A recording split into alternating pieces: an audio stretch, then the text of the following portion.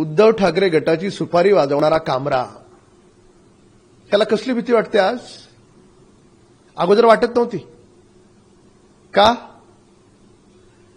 तुला स्क्रिप्ट पाठवणारे मातोश्रीवाले थकले का? त्यांनी तुझ्या पाठीमागचा हात काढून घेतला? काय झालं? म्हणजे वारंवार तू ट्विट करून आमच्या साहसी मुंबई पोलिसांना छेडशील, त्यांच्या साहसावर संशय व्यक्त करशील आणि तुला असं सोडायचं आम्ही? ज्या प्रकारची सुपारी उद्धव ठाकरे गटाची कामरा हा वाजवत होता त्यावेळेस त्याची कुठे गेली होती सारासार बुद्धी? त्यावेळेस त्याला का आठवलं नाही हे करतोय, चुकीचं करतोय?